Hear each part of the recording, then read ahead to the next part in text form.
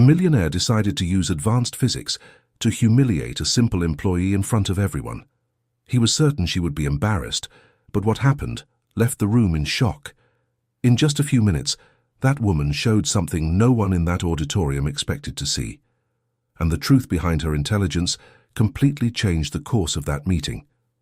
If this beautiful story of overcoming and love interests you, don't forget to subscribe to our channel and tell us which city you are watching from. Continuing, the mirrored building of Sterling Dynamics reflected the grey Chicago sky on that Thursday morning.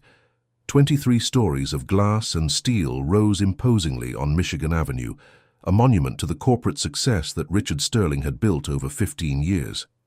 Inside, hundreds of employees moved through the corridors with hurried steps, eyes fixed on tablets and smartphones, all committed to goals and deadlines that seemed never-ending. The environment was impeccable, modern, with that characteristic smell of air conditioning and espresso that had become the trademark of the city's large offices. Marina Miller pushed through the building's revolving door at 7:15 in the morning, as she had done every day for nearly 3 years. Her brown hair was pulled back in a simple bun, and she wore a discreet set of black trousers and a white blouse she bought at outlet malls on the weekends. There was nothing extraordinary about her appearance. She was a 36-year-old woman who went unnoticed by most people, and perhaps that was exactly what she desired. Working in the company's filing and documentation department meant moving through the floors without drawing attention, organizing papers no one else wanted to touch, filing old reports, and ensuring everything was in order behind the scenes. As she rode the service elevator up to the 12th floor, Marina observed her reflection in the metallic mirror. Sometimes she wondered how she had ended up there. Other times, she preferred not to think about it. Life had a strange way of redirecting paths, and hers had taken such sharp turns that it would have been impossible to predict where it would end. But that morning, like every other, she simply took a deep breath and moved forward. The work was honest. The salary paid the bills for the small apartment she shared with her mother in the Lincoln Park neighborhood, and that was enough to keep going. The filing department was located in a windowless room, lit by fluorescent bulbs that hummed quietly all day long. There were metal shelves filled with colored folders, cardboard boxes stacked against the walls, and a desk where Marina spent hours organizing documents by date, category, and department. It was a place forgotten by most of the company, visited only when someone needed to retrieve an old contract or verify tax records from previous years.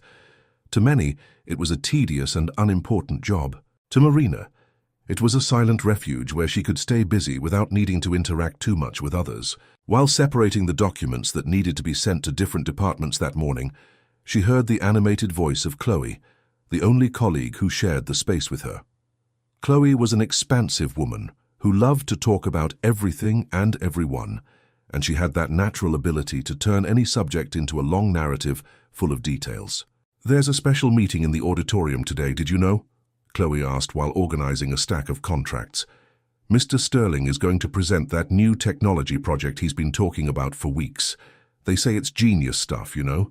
Quantum physics, artificial intelligence, things we don't even really understand." Marina just nodded her head, without taking her eyes off the papers. She had heard of Richard Sterling more times than she could count.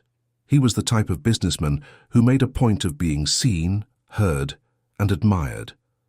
A graduate in engineering from MIT, with a master's in applied physics and a PhD in business administration, he had built an empire based on cutting-edge technology and business consulting.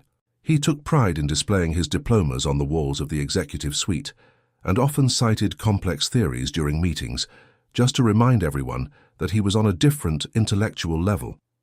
"He's brilliant, everyone knows that," Chloe continued, now flipping through a corporate magazine where Richard appeared on the cover. "But he's also kind of scary, right? That way he looks at people as if they're too small to understand what he's saying. I've seen him humiliate a manager in a meeting just because the guy didn't know how to answer a question about thermodynamics. Who needs to know about thermodynamics in a sales meeting, Marina?" Marina smiled discreetly but didn't answer. She knew the type. She had encountered people like that before, in another time, in another place. People who used knowledge as a weapon, who turned intelligence into a tool of power and oppression. Richard Sterling was not an exception. He was just one more in a long list of men who believed that knowing more meant being more. The morning proceeded at a quiet pace. Marina organized financial reports, separated documents for scanning, and prepared some folders that needed to be hand-delivered to different floors. At 11 o'clock, Chloe mentioned she needed to leave early to handle a personal matter, leaving Marina alone in the silent room. The humming of the lights seemed louder when no one else was around. Shortly before noon, Marina received an internal call. It was the secretary from the legal department asking her to urgently bring a set of old contracts to the 22nd floor.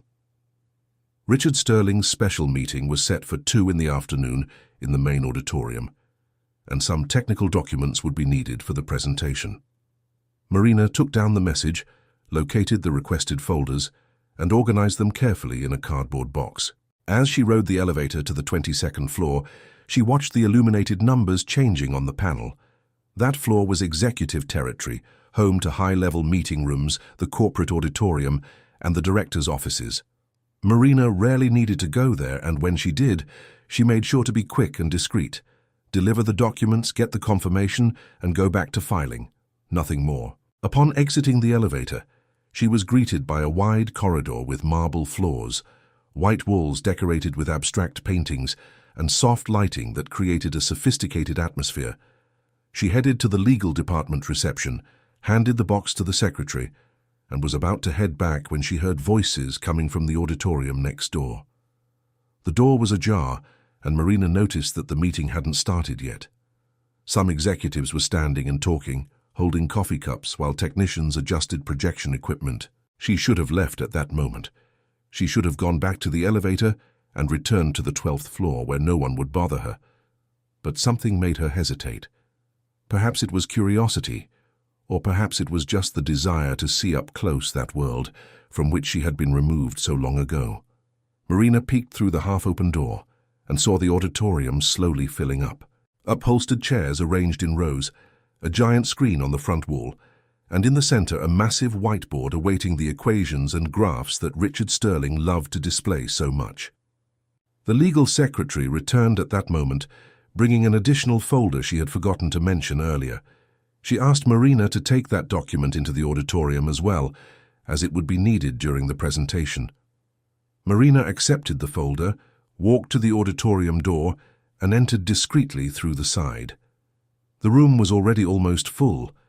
Men in suits and women in blazers occupied the chairs, all with serious and attentive expressions. She located a side table where documents were being organized and deposited the folder carefully. She was about to leave when she heard the deep, imposing voice of Richard Sterling echoing through the auditorium. He had entered through the main door, accompanied by 2 assistants carrying laptops and tablets. He wore an impeccable grey suit, his greying hair combed back, and carried that air of absolute confidence that made people around him automatically bow to his presence. Richard greeted some executives with firm handshakes and calculated smiles, then walked to the center of the stage like someone taking command of a kingdom. Marina tried to exit through the side door without being noticed, but at that exact moment, Richard turned to test the microphone, and his eyes met hers. It was only for a second, perhaps less, but it was enough for him to register the presence of someone who clearly did not belong in that environment. Marina felt the weight of that gaze, but kept walking toward the exit. Unfortunately, the meeting was about to begin, and the door she had entered through was closed by one of the assistants, who announced in a low voice that no one could leave or enter until the end of the first part of the presentation. Marina was trapped there, standing near the side wall, holding her hands clasped in front of her body, trying to become invisible as Richard Sterling took the microphone and began his intellectual performance. Good afternoon, everyone. Today we are going to explore the theoretical foundations behind our new quantum processing system, he began, with that firm voice that filled every corner of the auditorium. Many of you have heard about quantum computing, but how many truly understand the principles of superposition and entanglement that make this technology revolutionary? The audience remained silent, some nodding their heads as if they understood perfectly, others just observing with neutral expressions. Richard began writing complex equations on the whiteboard, explaining quantum physics concepts with the ease of someone who had spent years studying them. Marina, leaning against the side wall, watched everything with a calm expression. There was no tension on her face, only a slight technical curiosity. As Richard continued his presentation, Marina noticed that he occasionally glanced in her direction. They were not looks of interest or sympathy. They were evaluative looks, as if he were measuring to what extent a simple employee could be used as an example of the intellectual abyss that separated people like him from people like her. Marina knew that kind of look. She had been the target of it before, in very different circumstances, in a past she preferred to keep buried. The presentation continued for another 20 minutes, with Richard alternating between slides projected on the screen and detailed explanations on the whiteboard. He spoke about algorithms, quantum variables, and practical applications in cryptography and data processing. Most of those present listened with respectful attention, but Marina knew that few there truly understood the depth of what was being discussed, not because they were incapable, but because it wasn't part of their daily work. Richard, however, didn't seem to care about that. To him, displaying knowledge was more important than sharing it. Then, in a moment Marina would never forget, Richard interrupted his own presentation. He paused in the middle of an explanation about Pauli matrices, placed the marker on the table, and walked to the center of the stage with a smile that didn't reach his eyes. His gaze was fixed on Marina, who remained leaning against the side wall, quiet and motionless like a forgotten statue.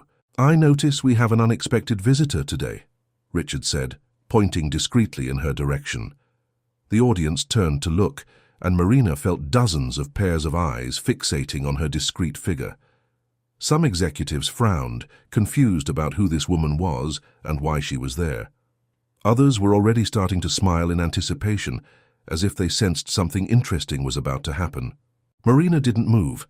She just returned the gaze with a serene expression, without fear, without shame, just waiting to see where this would lead. Richard Sterling walked slowly toward her with measured and deliberate steps, like a predator that had already chosen its prey and was now preparing for the attack. The entire auditorium plunged into a heavy silence, and Marina knew at that exact instant that her life was about to change again. Richard Sterling stopped a few feet from Marina, with that smile that was already familiar to everyone who worked at the company. It was the smile of someone about to give a public demonstration, not of knowledge, but of power. He adjusted the lapel microphone on his suit and turned back to the audience as if he were presenting an entertainment act. "Dear colleagues," he began, his amplified voice echoing through the auditorium, "I believe everyone here understands the importance of what we are discussing today: quantum physics, molecular-level data processing, algorithms that challenge the limits of classical computing. These are topics that require years of academic training, intense dedication, and, of course, a mind prepared to handle complex mathematical abstractions."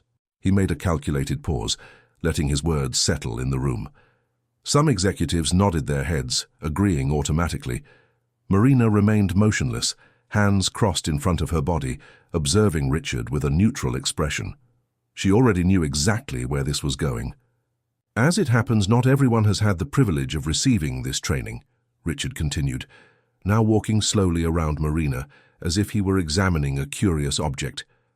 "And that is not a problem. On the contrary, every person has their important role within an organization. There are those who work with numbers and equations, and there are those who work organizing papers and filing documents. Both functions are valuable, each in its own way." The condescending tone was unmistakable. Some of those present began to laugh softly, others looked away, embarrassed by the direction the meeting was taking. Marina took a deep breath, feeling the weight of all those eyes on her. It wasn't the first time she had gone through something like this. It wouldn't be the last. But something inside her, something that had remained dormant for years, was beginning to slowly wake up. Richard went back to the whiteboard and picked up the blue marker. With quick and precise movements, he began writing an extensive sequence of mathematical and physical symbols. They were complex equations involving Hamiltonian operators, wave functions, multiple integrals, and fundamental physical constants.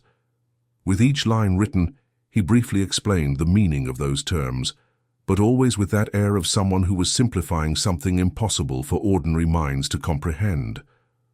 "Look at this," he said, pointing to the set of equations that now occupied nearly half the board. This is a classic problem of relativistic quantum mechanics involving the Dirac equation. To solve it, we need to master not only advanced calculus, but also linear algebra, group theory, and symmetry principles. These are concepts I studied for years at the university, then during my master's and PhD. It's not something you learn by watching internet videos or reading popular articles. He turned again to Marina with that smile even wider. I'm sure our colleague here, who so kindly brought us some documents today, doesn't have the slightest idea what is written on this board, and there's no problem with that. As I said, everyone has their specialty, don't they? The audience laughed more intensely now.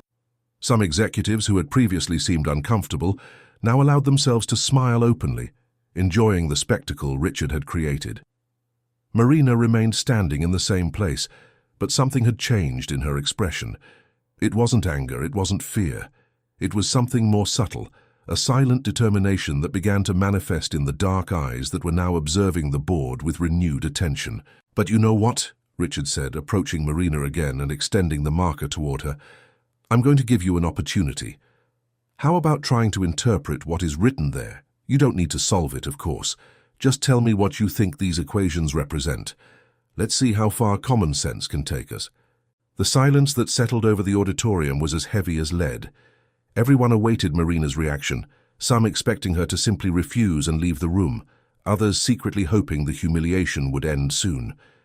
Marina looked at the extended marker, then at the board full of symbols, and finally at Richard.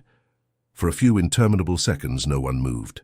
Then, with a calmness that surprised even herself, Marina walked to the board.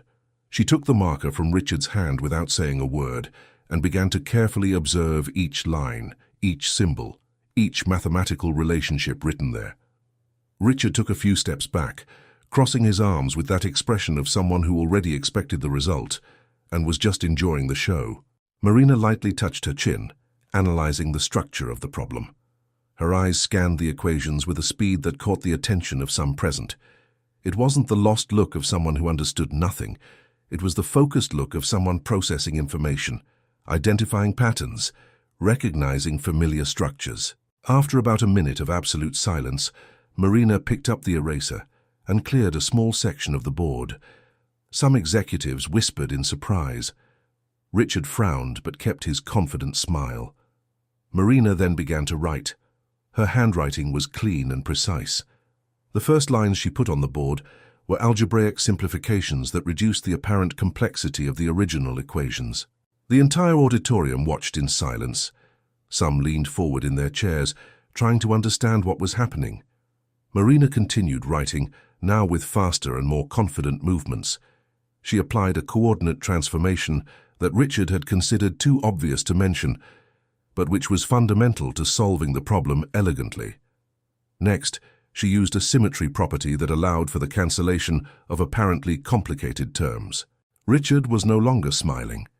He watched the board with an expression that transitioned between incredulity and confusion. The hands that were previously crossed with confidence now hung at his sides, tense. Marina kept working, introducing a change of variables that revealed a hidden structure in the original problem. It was the kind of insight that separated average students from truly brilliant minds. In less than 10 minutes, Marina had transformed that tangle of complex equations into a clear and elegant solution. The final result was written in the bottom right corner of the board, preceded by a series of logical steps that showed exactly how she had arrived there. There were no errors, there was no hesitation. It was simply correct. Marina took a step back, placed the marker on the table, and turned to Richard. There was no triumph on her face, no sarcasm, no pride. Just the calm expression of someone who had done something natural, like solving a crossword puzzle or organizing a grocery list. Richard, on the other hand, looked as if he had been struck by lightning. He walked to the board, analyzed each line of the solution with wide eyes, verified the calculations mentally, and realized everything was impeccably correct. The audience began to murmur. Some executives stood up from their chairs to get a better look at the board. Others exchanged confused glances, trying to process what they had just witnessed. The simple employee from the filing department had solved in minutes an advanced quantum physics problem that most of those present didn't even understand. Richard cleared his throat, trying to regain his composure. "How did you—" he began, but his voice came out shaky. He paused, took a deep breath, and tried again. "How did you learn to do this?" Marina looked at him with that same calm expression. "I studied," she replied simply, her voice low but firm. "A long time ago." Richard tried to formulate another question, but the words wouldn't come. He looked alternately at Marina and at the board, as if trying to find a logical explanation for what had just happened. Some executives began to clap timidly, not knowing exactly if they should celebrate or remain silent. The situation had completely escaped Richard's control. Marina didn't wait for more questions. She walked calmly toward the side door of the auditorium, which was now open, and left without looking back. The sound of her footsteps echoed through the silent corridor as she moved away from that environment which, minutes before, had been the stage for an attempted humiliation that turned into something completely different. When Marina entered the elevator and pressed the button for the 12th floor, her hands were trembling slightly. It wasn't fear nor nervousness. It was the adrenaline of having broken a barrier she herself had built around her for years. It was the sensation of letting out, even if for a few minutes, the truth she kept locked inside. As the elevator descended, Marina leaned against the metal wall and closed her eyes. Old memories began to surface, like waves crashing against rocks. Memories of brightly lit classrooms, of blackboards filled with equations, of professors who recognized her talent, of colleagues who admired her. Memories of a time when she was Marina Miller, the prodigy student of theoretical physics at the University of Chicago, the young woman who had developed a revolutionary method for simplifying partial differential equations in quantum systems. But painful memories also came. The voice of Professor Arthur Milton, respected and influential, saying that work was too good to have been developed by an undergraduate student. The accusations of plagiarism that appeared out of nowhere. The article published with his name as the sole author, using the exact method she had created. The expulsion from the university when she tried to claim authorship. The complete destruction of her academic career before it had even begun. Marina opened her eyes when the elevator reached the 12th floor. She walked back to the filing room, sat in her chair, and looked at the piles of documents awaiting her attention. For years, she had convinced herself she could live like this, organizing papers and remaining invisible. But now, after what had happened in that auditorium, she knew something had changed irrevocably. Meanwhile, 22 floors above, Richard Sterling remained standing on the auditorium stage, staring fixedly at the whiteboard where Marina's solution was still written. The executives were beginning to disperse, talking in low voices about what they had witnessed. Some took discreet photos of the board with their phones, others just shook their heads, incredulous. Richard knew that story would spread through the entire company in a matter of hours. The filing clerk, who solved an advanced quantum physics problem. The invisible woman who humiliated the company president in his own presentation. But what bothered him most wasn't the public shame. It was the question that wouldn't stop echoing in his mind. Who was Marina Miller really, and what was she doing filing documents at a technology company? He had to find out. The news spread through Sterling Dynamics with the speed of a wildfire. Even before the end of the workday that Thursday, there wasn't a single employee who didn't know what had happened in the 22nd floor auditorium. The versions varied in detail, but the essence remained the same. Marina Miller, the quiet woman from filing, had solved a complex quantum physics problem in a matter of minutes, leaving Richard Sterling himself speechless in front of dozens of executives. In the hallways, break rooms, elevators, and even the restrooms, small groups of employees gathered to comment on the event. Some found it inspiring, others found it embarrassing for the president, but all agreed on one thing. That story would change the company's dynamics in some way. Marina, who had always gone unnoticed by most, was now the main subject of every conversation. On the 12th floor, inside the windowless room of the filing department, Marina tried to maintain her routine, as if nothing had happened. She organized documents with the same precision as always, separated folders by category, and checked dates and signatures. But her hands were working on autopilot while her mind wandered through territories she had avoided for years. Chloe had returned in the middle of the afternoon and immediately bombarded Marina with questions. "Tell me everything, Marina. Is it true you solved those crazy equations of Mr. Sterling's? How did you learn those things? Everyone is talking about it." Marina responded with polite evasions, saying she had studied a bit of physics in the past and was lucky enough to recognize the type of problem presented. Chloe didn't seem entirely convinced, but she respected Marina's wish not to prolong the subject. Even so, the glint of curiosity in Chloe's eyes made it clear that the story was far from over. Meanwhile, on the 23rd floor, inside his private office with a panoramic view of Michigan Avenue, Richard Sterling couldn't concentrate on anything else. He had cancelled his afternoon meetings, dismissed his secretary early, and was now alone, sitting in his Italian leather chair, staring at the computer screen. He had asked the Human Resources Department to send all available documentation on Marina Miller. The digital file arrived in less than 20 minutes. Richard opened it and began to read with meticulous attention. Registration form, hiring history, performance evaluations, attendance records. Everything was absolutely ordinary, with nothing that drew attention. Marina Miller was 36 years old, born in Chicago, lived in Lincoln Park, and had worked at the company for 2 years and 9 months. Her performance was described as satisfactory, punctual, organized, and discreet. Nothing there explained what Richard had witnessed that afternoon.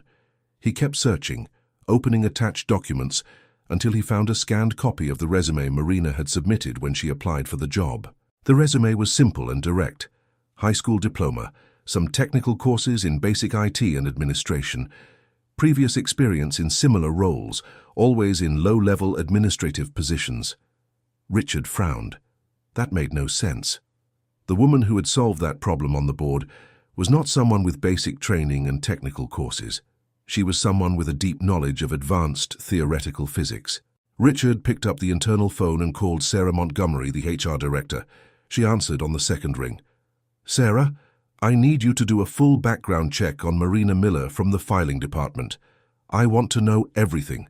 Real educational history, not just what's on the resume. Check if she has academic records at universities, scientific publications, anything that might be missing from her file."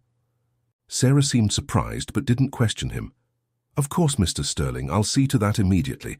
May I ask if there's a specific reason for this investigation?" Richard hesitated. "Let's just say information has surfaced that doesn't match her professional profile. I need to understand better who we are employing." After hanging up, Richard stood up and walked to the window. Outside, Chicago's chaotic traffic crawled along the avenue as the sun began to hide among the skyscrapers.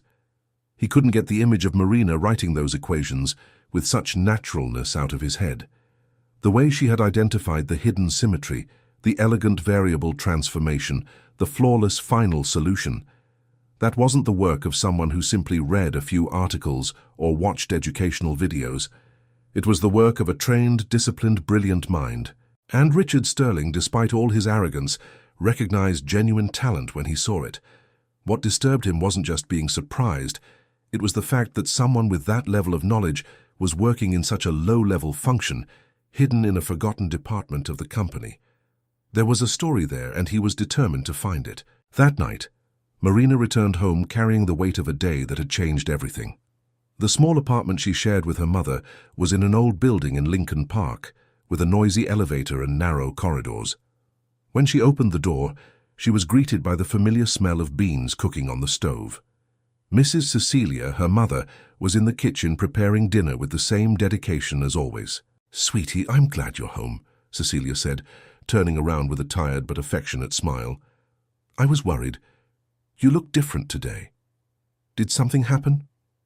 Marina left her bag on the worn living room sofa and walked to the kitchen.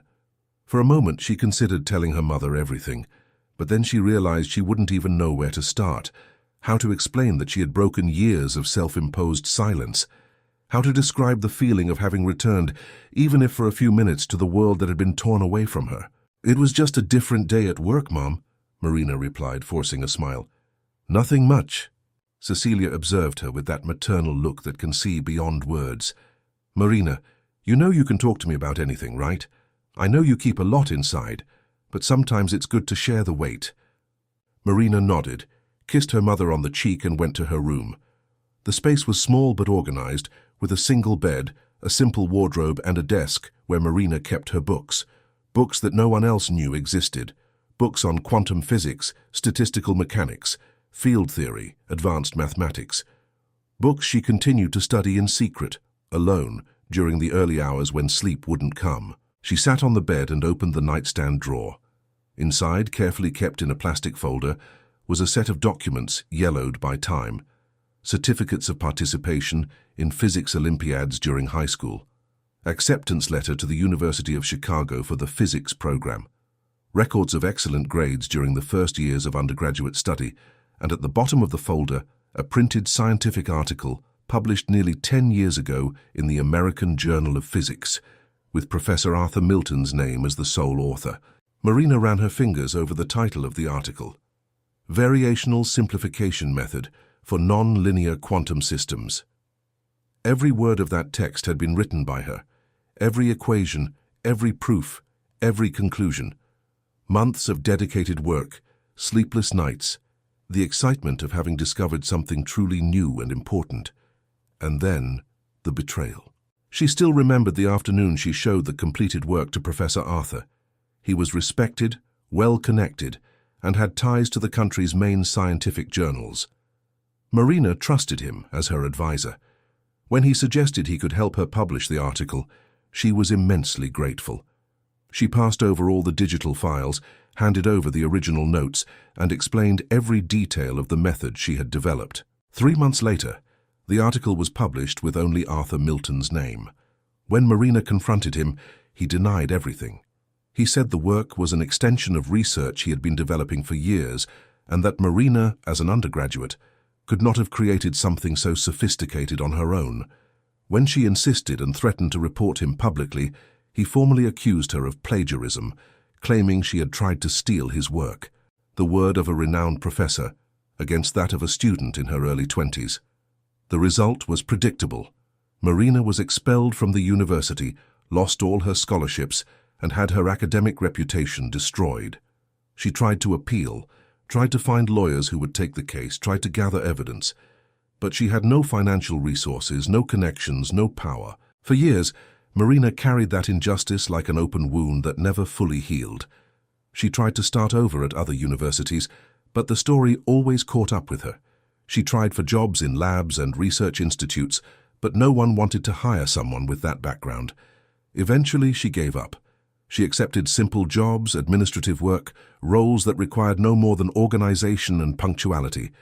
And she continued studying alone, in silence, because she couldn't abandon physics even after everything she had lost because of it. Marina closed the folder and put it back in the drawer. She stood up, walked to the bedroom window and looked at the city lights. Outside, millions of people lived their lives, each carrying their own stories, their own secrets, their own pains. Marina had always felt comfortable in invisibility, but now she knew that was over. The next morning, Friday, Marina arrived at work earlier than usual. She wanted to avoid as much interaction as possible with other employees. She took the service elevator, walked through the still empty corridors, and entered the filing room. But when she turned on the lights, she found a surprise.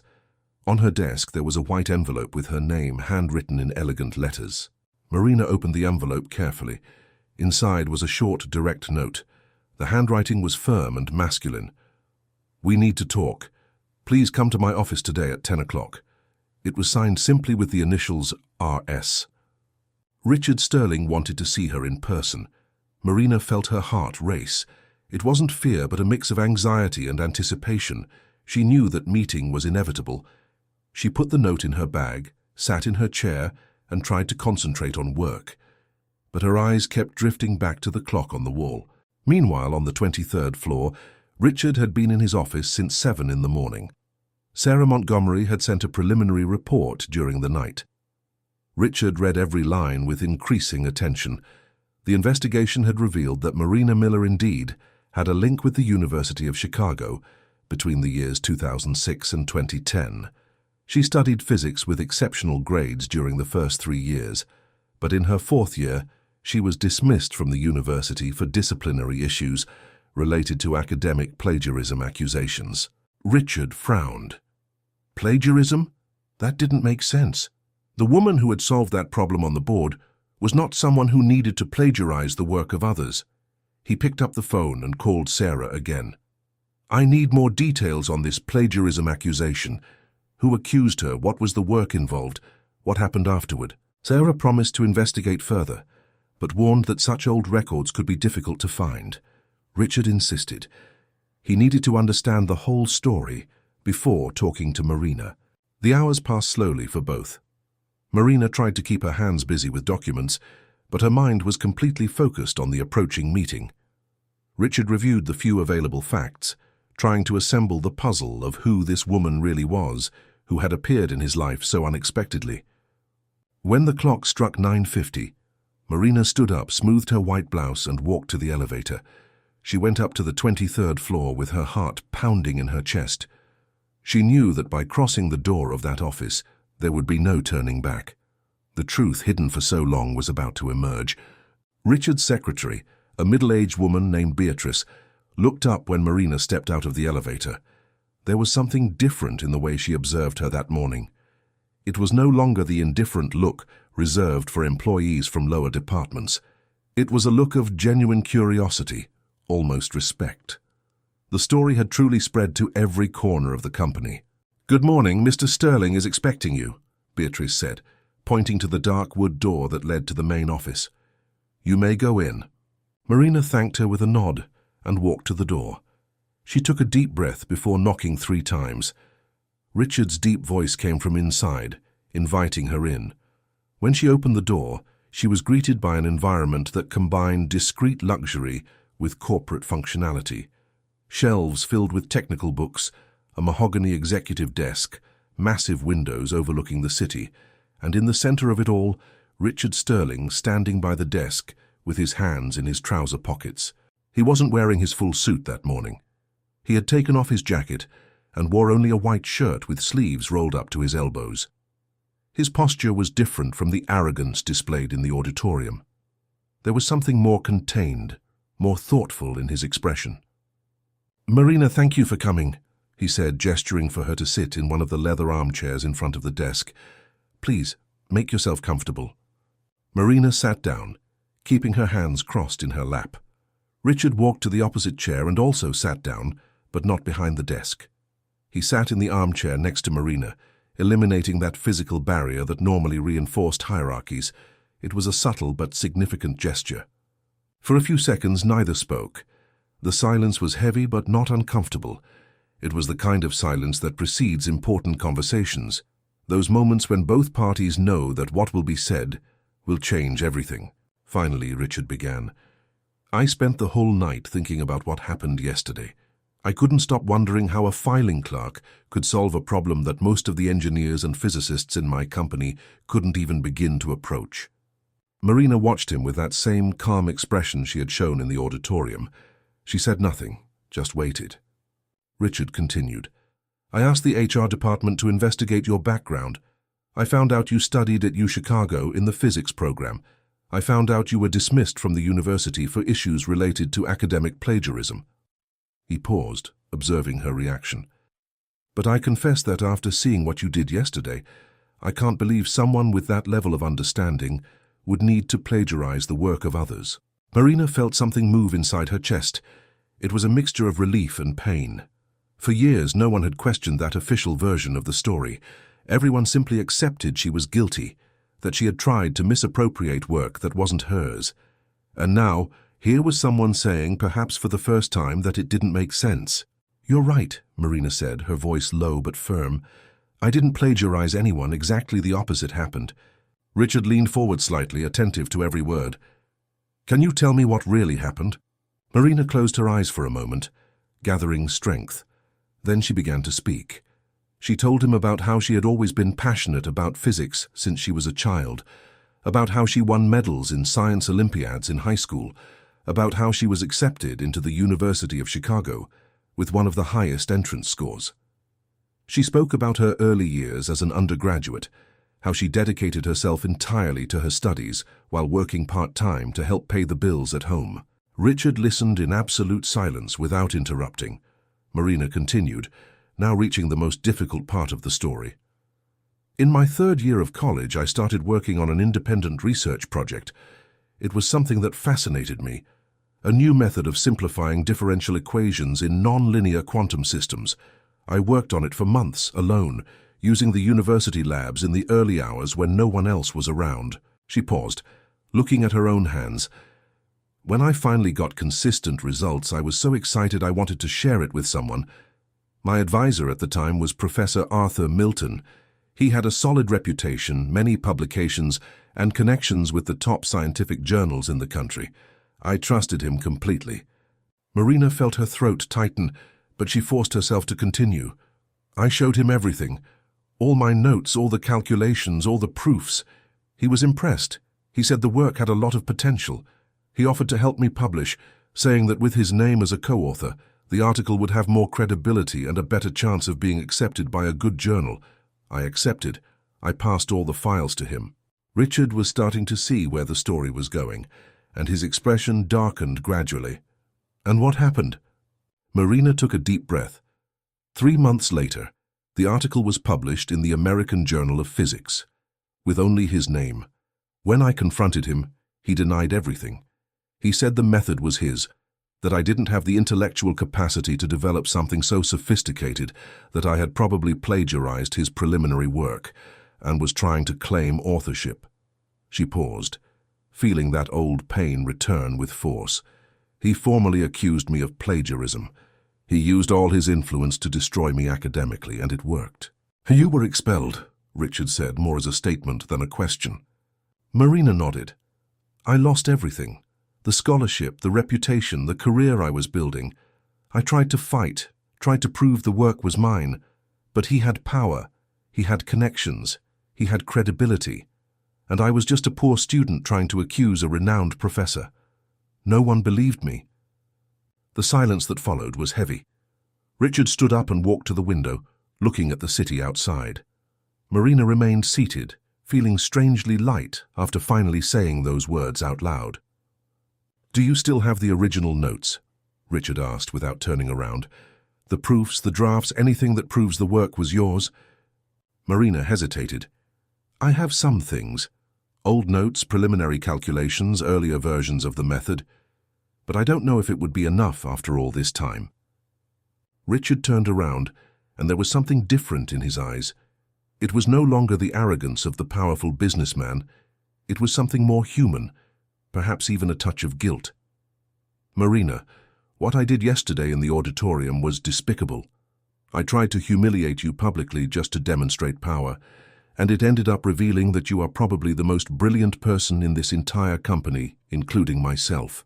Marina hadn't expected that. "Mr. Sterling, He raised his hand, gently interrupting her. "Please, let me finish. I built my career on knowledge and intelligence. I always believed those were the most important things. But yesterday I learned something I should have learned a long time ago.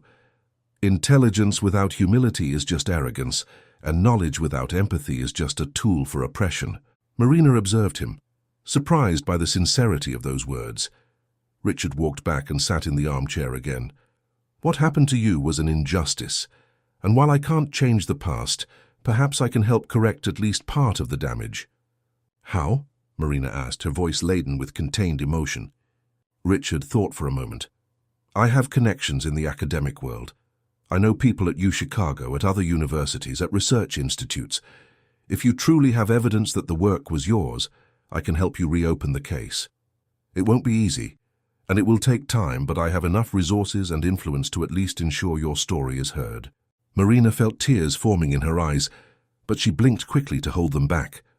"Why would you do this for me?"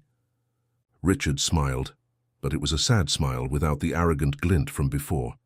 "Because I spent my whole life using my knowledge to place myself above others, and yesterday, without meaning to, I ended up exposing the story of someone who had their knowledge stolen, and their life destroyed because of it. If there is any way to use my position to do something useful, it's by helping to correct this injustice." Marina didn't know what to say. For years she had carried that pain alone, never imagining that one day someone would offer genuine help, and that this person would be the very one who had tried to humiliate her publicly. "You don't have to decide now," Richard said, noticing her hesitation. "Think about it calmly. But know that if you decide to accept my help, I will be fully committed to doing everything in my power." Marina nodded slowly. "I'll think about it, but thank you for believing in me, for caring." Richard stood up, signaling the meeting was coming to an end. "Before you go, I want to make you a proposal. I'd like you to consider changing departments. We have an opening in the Research and Development Department. It wouldn't be in the scientific area immediately, but it would be a start. You could work with people who truly understand what you're capable of." Marina was surprised again. "But I don't have a degree, I don't have formal credentials." Richard shook his head. "You have something more valuable than degrees. You have real knowledge and genuine passion, and after what I witnessed yesterday, I can guarantee that any department in this company would be privileged to have you." Marina stood up, still processing everything that had just happened. "I'll think about that too." When she was at the door about to leave, Richard called her one more time. "Marina," she turned around, "I am deeply sorry for what I did yesterday. It was petty, cruel, and unjustifiable. I hope you can eventually forgive me." Marina observed him for a long moment. Something in that man had changed between yesterday and today. It wasn't a complete transformation, but it was a start. "We all deserve a second chance, Mr. Sterling. You gave me one yesterday, even without knowing it. Perhaps I can give you one today." She left the office with a strange sensation in her chest. It wasn't exactly hope, but it was something like it, something she hadn't felt in a long time. As she rode the elevator back to the 12th floor, Marina realized her life was about to take another unexpected turn, and this time perhaps it was in the right direction. Richard remained alone in his office for a long time after Marina left. He looked at his own hands, thinking of all the times he had used them to point out flaws in others, to demonstrate superiority, to build walls instead of bridges. For the first time in many years, Richard Sterling felt something he had forgotten how to recognize: genuine shame, followed by a sincere desire to be a better person. The decision didn't come immediately. Marina spent the entire weekend thinking about the conversation she had with Richard.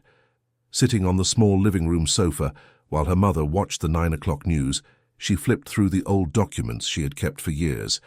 Those yellowed papers that were the only physical proof of a past everyone had tried to erase. Mrs. Cecilia noticed her daughter's restlessness. On Sunday afternoon, while they were preparing lunch together in the cramped kitchen, she finally asked, "Marina, something is bothering you. You've hardly touched your food this week. You keep looking at those old papers. It looks like you're carrying the world on your shoulders." Marina paused in the middle of peeling potatoes. For a long moment she considered dodging the subject as she always did, but then she realized she didn't want to carry it alone anymore. "Mum, remember when I was expelled from UChicago, when they said I had plagiarized a paper?" Cecilia turned from the stove, her expression turning serious. "Of course I remember. It was the worst year of our lives. You were destroyed. You stopped eating right. You spent your nights crying. But you never really told me what actually happened." Marina took a deep breath and told her everything. Every detail of that story she had kept guarded for years. She spoke about Professor Arthur, about the stolen research, about how she tried to fight and was crushed by the system. Cecilia listened in silence, her eyes moist, holding her daughter's hands over the kitchen table. When Marina finished, Cecilia squeezed her hands tightly. "Why did you never tell me this before, sweetie?" Marina felt tears finally stream down. "I was ashamed, Mum. Ashamed of being so naive, of trusting someone who betrayed me. And I also didn't want to worry you more than you already were. We could barely pay the bills back then." Cecilia shook her head firmly. "Shame should belong to that crooked professor, not you. You were a brilliant girl who was deceived by someone with no character." She paused, wiping her own tears. "And what's changed now? Why are you messing with those papers again?" Marina told her about the episode in the auditorium, about the conversation with Richard, about the offer of help to reopen the case. Cecilia listened with growing attention, and when Marina finished, her mother said with conviction, "You need to accept that help. You need to fight for what is yours. You've spent too much time living in the shadow of an injustice you didn't commit." It was that conversation that finally helped Marina make her decision. On Monday morning, she arrived early at the office and sent a short email to Richard. I accept your help. When can we start? The reply came in less than 15 minutes. This afternoon, 3 o'clock, my office. Bring all the evidence you have. That afternoon, Marina entered Richard's office carrying an old folder full of documents. He was already there, but he wasn't alone. Beside him was a man in his 50s, with graying hair, thin-framed glasses, and a serious but kind expression. "Marina, this is Mr. Franklin Pierce," Richard said, making the introductions. "He is a lawyer specialized in intellectual property and academic cases. I explained your situation to him, and Franklin has agreed to analyze the case." Franklin extended his hand, which Marina shook firmly. "It's a pleasure to meet you, Marina. Richard told me the basics, but I'd like to hear the whole story from you myself. And afterward, we need to examine every document you brought." For the next 3 hours, the three of them leaned over the office desk, analyzing every paper, every note, every draft Marina had kept. Franklin asked detailed questions, noted everything on a tablet, and took professional photos of the documents. Richard, meanwhile, made calls. He used his contacts to obtain official copies of Marina's academic records at UChicago, requested information on Professor Arthur Milton's publication history, and asked for access to the archives of the American Journal of Physics, where the article had been published. By late afternoon, Franklin leaned back in his chair and looked at Marina with a thoughtful expression. "We have material to work with. Your original notes have dates, they have your handwriting, they have a logical progression of thought. The published article uses the exact same method with minimal variations. The chronology fits. You showed the work to Professor Arthur in March, and he published it in June of the same year. That is a very short time frame for someone who allegedly developed that independently." Marina felt a spark of hope. "Is that enough?" Franklin hesitated. "It's a start, but we need more. We need to find witnesses, people who can confirm you were working on that research before you showed it to the professor. We need to check if he has a history of similar behavior with other students. And we need to be prepared for a long battle. Cases like this are rarely resolved quickly." Richard intervened. "Franklin, use every resource necessary. Hire investigators, experts, specialists. Money is no object. I want this case treated with the same seriousness we treat our largest corporate contracts." In the following weeks, Marina's life changed in ways she could never have imagined. Richard kept his word and transferred her to the Research and Development Department, where she began working to assist technical projects. It was a role that finally allowed her to use part of her knowledge, even if not yet at the full capacity she was capable of. Her new colleagues received her with a mix of curiosity and respect. The auditorium story had become legendary in the company, and now everyone knew that quiet woman was actually a brilliant mind who had been unjustly silenced. Meanwhile, Franklin and his team worked tirelessly. They located 3 of Marina's former college classmates who remembered her working on that research. They found old emails Marina had sent to the university lab, requesting access to equipment during late hours. They discovered that Professor Arthur Milton had been informally accused by 2 other students over the years, though neither case had moved forward due to lack of proof. The investigation also revealed something interesting. The method developed by Marina had been cited in several subsequent scientific articles, always crediting Professor Arthur. But some more attentive researchers had noted inconsistencies. In lectures and conferences, when questioned about specific details of the method, Arthur frequently gave evasive or contradictory answers. Franklin gathered everything into a complete dossier and filed a formal petition with the University of Chicago, requesting a review of Marina Miller's expulsion and an investigation into Professor Arthur Milton's academic misconduct. The university, initially resistant, was pressured by Franklin's legal team and the influence Richard exerted as a major donor and corporate partner of the institution. A month after the initial petition, the university agreed to form a special commission to review the case. It would be composed of 5 professors from the physics department, 2 representatives from the university board, and an external expert in academic ethics. Marina received the news on a Tuesday morning via a formal email from the university. Her hands shook as she read the official words. A hearing was scheduled for 3 weeks later. She would have the opportunity to present her evidence, to tell her story, and to finally confront the man who had destroyed her career. That night, Marina could barely sleep. Lying in her small bedroom, staring at the ceiling, she felt a mixture of anxiety and determination. For years, she had accepted the role of a silent victim. But now, with the support of people who believed in her, she was about to fight for what had always been hers. Richard also didn't sleep well that night. In his luxury apartment downtown, he stood on the balcony looking at the city lights. He was surprised by himself. 2 months ago, he would have laughed at the idea of using his resources and influence to help a low-level employee. But Marina had changed something in him.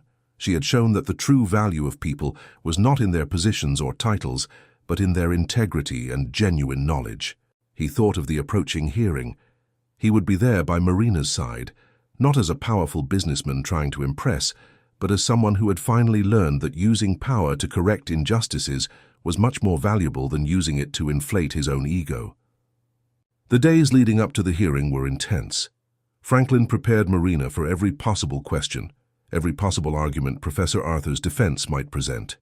Richard arranged for her to have the entire week off from work to focus solely on preparation. Marina revisited her old notebooks, refreshed her memory on every step of the method's development, and prepared to explain in detail how she had arrived at those conclusions. The more she studied her own old notes, the more confidence she gained. That work was hers. Every equation, every insight, every solution had been born from her mind, from her sleepless nights, from her passion for physics. On the night before the hearing, Marina had dinner with her mother in silence. Mrs. Cecilia held her hand across the table and said in a firm voice, "Tomorrow, you go there and show them who you really are. Don't let fear hold you back. You've always been brilliant, Marina. Never forget that." Marina hugged her mother tightly, feeling gratitude flood her chest. No matter what happened at the hearing, she had already won something precious. She had recovered her voice, her courage, and her willingness to fight, and she had people by her side who believed in her. The next day, wearing a simple but elegant suit Richard had insisted on buying for her, Marina entered the University of Chicago Administration Building. Franklin was at her side with a folder full of documents. Richard waited in the hearing room, sitting discreetly in the chairs reserved for the public. Across the room, Marina saw the man she hadn't seen in nearly 10 years. Professor Arthur Milton was older, with more white hair, but he still had that air of academic superiority. When their eyes met, Marina saw a flash of surprise in his. He clearly hadn't expected her to ever come back to confront him. The commission entered, and the hearing began. Marina took a deep breath, her heart pounding in her chest. This was the moment she had waited for years, the moment to finally tell the truth. The head of the commission, a professor with completely white hair named Dr. Henry Taylor, adjusted his glasses and opened the session in a solemn voice. "We are gathered here to review the case of Marina Miller, a former student of the physics program at this university, who requests a review of her expulsion that occurred approximately 10 years ago, and to investigate possible academic misconduct by Professor Arthur Milton. This is a formal hearing, and all statements will be recorded." Marina felt her hands sweat, but she kept her posture straight. Franklin at her side gave her an encouraging look. Across the room, Professor Arthur was accompanied by his own lawyer, a man in a dark suit who flipped through papers with a confident expression. The commission requested that Marina present her version of the facts first. She stood up, walked to the center of the room, and began to speak. Her voice was shaky at first, but gained firmness with every word. "Members of the commission, my name is Marina Miller. 10 years ago, I was expelled from this university on the charge of having plagiarized a work by Professor Arthur Milton. Today, I am here to show that the truth is exactly the opposite. The work was mine, and it was stolen." Marina began to tell her story from the beginning. She described how she had always loved physics, how she studied with dedication, and how she developed that method during months of solitary work in the university's empty labs. As she spoke, Franklin projected Marina's original notes on the screen, dated and in her characteristic handwriting. "These are my notes from the development of the method," Marina said, pointing to the screen. "You can see the logical progression, the mistakes I made along the way, the corrections, the different approaches I tried until I reached the final solution. This is not the work of someone who copied a finished result. It is the work of someone who built that discovery step by step. The commission watched attentively. Some members took notes. Others analyzed the projected documents with thoughtful expressions. Marina continued, now showing the emails she had sent to the lab requesting access at specific times, dates that perfectly matched the entries in her research journals. Then Marina reached the most painful part. I showed all of this to Professor Arthur in March 2009. I trusted him completely. He said he would help me publish, that he would put his name as a co-author to give the work credibility. I passed all the digital files, all the proofs, and explained every detail. She paused, feeling emotion tighten her throat. 3 months later, the article was published with only his name. When I confronted him, he accused me of plagiarism and used his position to destroy me. Franklin then presented the additional evidence. The testimonies of 3 of Marina's former classmates who confirmed seeing her working on that research. The inconsistencies in the answers Professor Arthur had given at conferences when questioned about details of the method. The 2 other cases of students who had made similar accusations against him, though without being able to prove them. When Franklin finished, the head of the commission turned to Professor Arthur. "Professor Milton, would you like to present your defense?" Arthur stood up with that arrogant posture Marina remembered so well. "Gentlemen, this is clearly a desperate attempt by a former student who could not accept her own academic incompetence," he spoke in a firm voice, as if giving a lecture. "The method published in the article is the result of years of research I had been developing. Miss Miller had access to some of my preliminary work during the period she was my advisee and tried to misappropriate it." Marina felt anger boil, but Franklin gently touched her arm, signaling her to stay calm. Arthur continued. "The notes she presents today could easily have been created after the fact to support her narrative. There is no way to prove they were written before the publication of my article." It was then that Franklin stood up. "With your permission, Dr. Taylor, I would like to present an additional piece of evidence."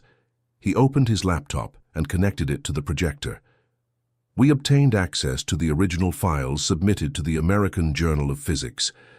All scientific articles are accompanied by digital metadata that records when the files were created and modified."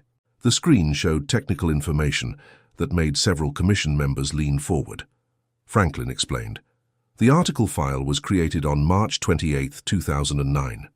Exactly 5 days after the date Marina recorded in her email her meeting with the professor, where she presented her complete work." He paused, letting the information sink in. A work the professor claims to have developed over years was turned into a complete article ready for publication in just 5 days after Marina showed him her research. A remarkable coincidence, isn't it? Arthur's lawyer tried to argue that this proved nothing, that the professor could have had paper drafts and simply typed them up on those dates, but Franklin was prepared.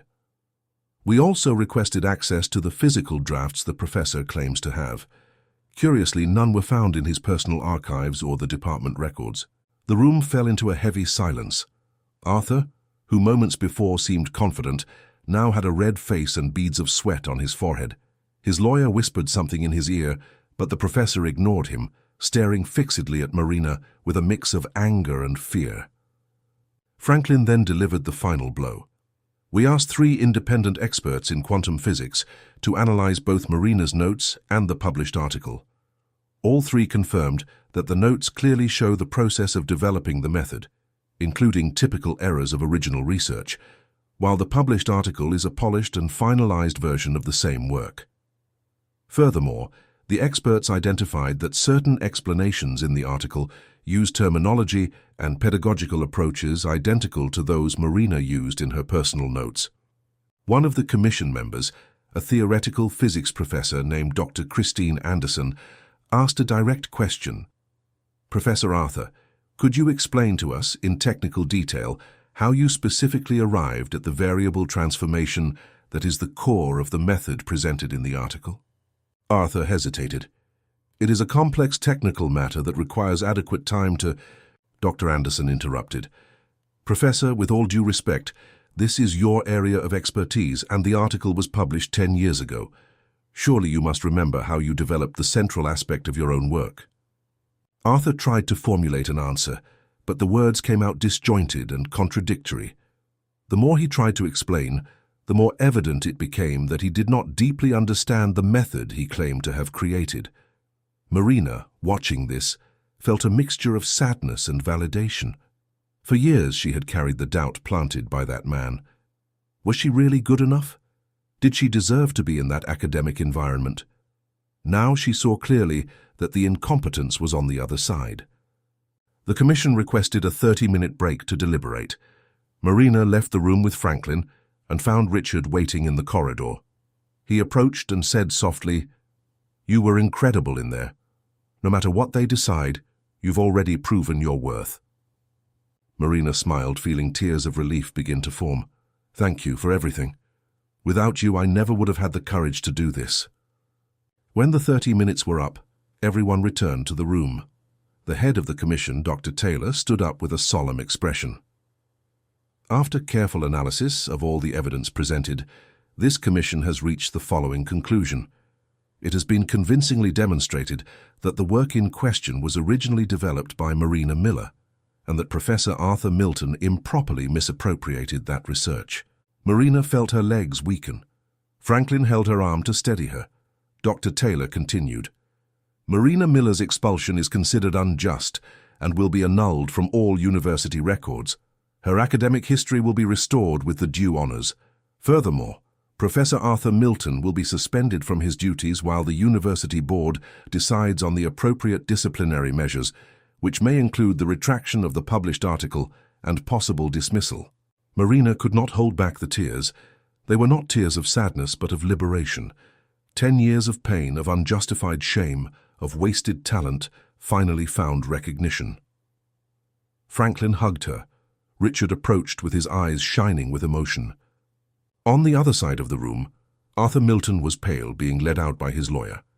The man who had stolen the work of a brilliant student to feed his own vanity finally faced the consequences of his actions.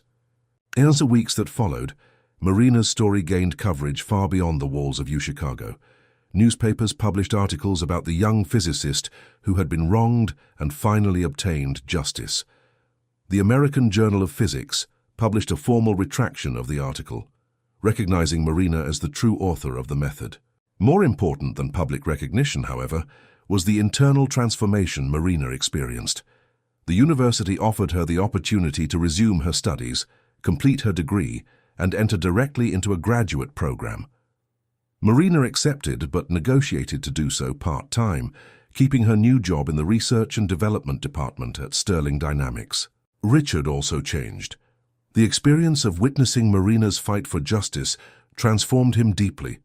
He implemented a scholarship program at the company for talented students from humble backgrounds, created a rigorous code of ethics against intellectual harassment, and began using his influence to promote not only technical excellence but also integrity and empathy. On a Saturday afternoon, 6 months after the hearing, Marina was in the UChicago lab working on her new research. She had resumed the development of extensions to the method she had created years ago, now with all the support and recognition she deserved. When she looked up from the equations on the board, she saw through the window the university campus full of life, students walking among the trees, the sun illuminating the old buildings. Her phone vibrated. It was a message from Richard. "How is the research going, Dr. Miller?"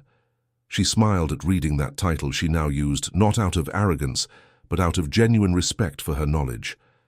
Marina typed the reply. "It's going well. I discovered something interesting today. I think we have material for a new article." Richard's reply came quickly. "I can't wait to read it, but remember, this time the credit goes all to you, as it always should have been." Marina put her phone away and turned back to the board.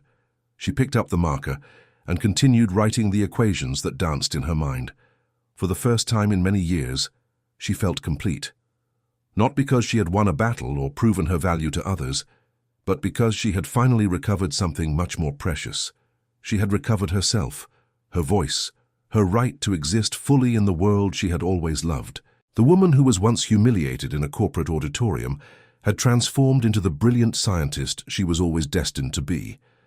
And the arrogant man who tried to break her had learned that true greatness does not come from crushing others, but from helping them rise.